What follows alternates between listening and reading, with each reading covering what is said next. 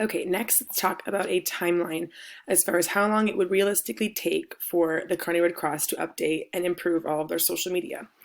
So when you're looking at each platform, there's definitely a different timeline for each.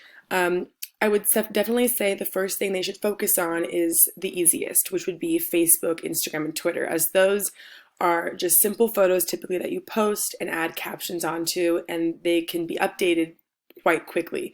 So if they updated their Facebook, they could just start by posting pictures, updating their information, and could be done within, a week to 2 weeks.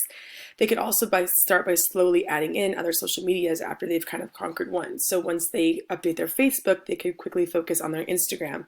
They could even post similar posts that they post on their Facebook and also add them onto their Instagram. So those could take upwards of just a month or 2 months. Now, when you look at a website, that's a lot more tedious, and there's a lot more that goes into updating a website or even creating a website for your organization. That can take anywhere from 6 months to a year.